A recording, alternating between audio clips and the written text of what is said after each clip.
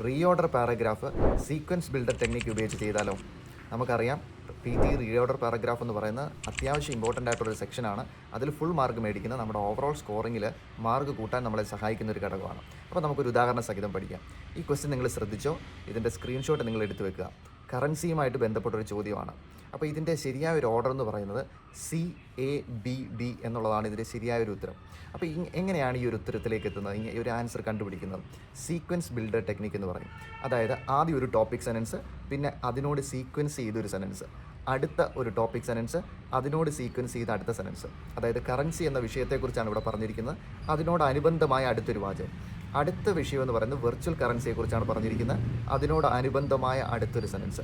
അപ്പോൾ ഈ ഒരു രീതിയിൽ സീക്വൻസ് കണ്ടുപിടിച്ച് ടോപ്പിക് സെനൻസും സീക്വൻസും കണ്ടുപിടിച്ച് ചെയ്യാൻ ശ്രമിച്ചാൽ നമുക്ക് ഇങ്ങനെയുള്ള ചോദ്യങ്ങളൊക്കെ അത്യാവശ്യം എളുപ്പത്തിൽ ചെയ്യാൻ പറ്റും. ഒരേ ടെക്നിക്ക് എല്ലാ ക്വസ്റ്റ്യൻസിനും വർക്കൗട്ട് ആവണമെന്നില്ല. എങ്കിലും മിക്ക ക്വസ്റ്റ്യൻസിലും ടോപ്പിക് സെനൻസ് കാണും, അതിനോടനുബന്ധമായ വാചകങ്ങൾ കാണും. ഈ ഒരു ടെക്നിക്ക് ഉപയോഗിച്ച് കഴിഞ്ഞാൽ നിങ്ങൾക്ക് അത്യാവശ്യം ക്വസ്റ്റ്യൻസ് ഒക്കെ വൃത്തിക്ക് ചെയ്യാൻ പറ്റും. അപ്പോൾ ഇതൊന്ന് ഓർത്തിരിക്കുന്നത് നിങ്ങൾക്ക് ഒരുപാട് ഹെൽപ്ഫുൾ ആയിരിക്കും.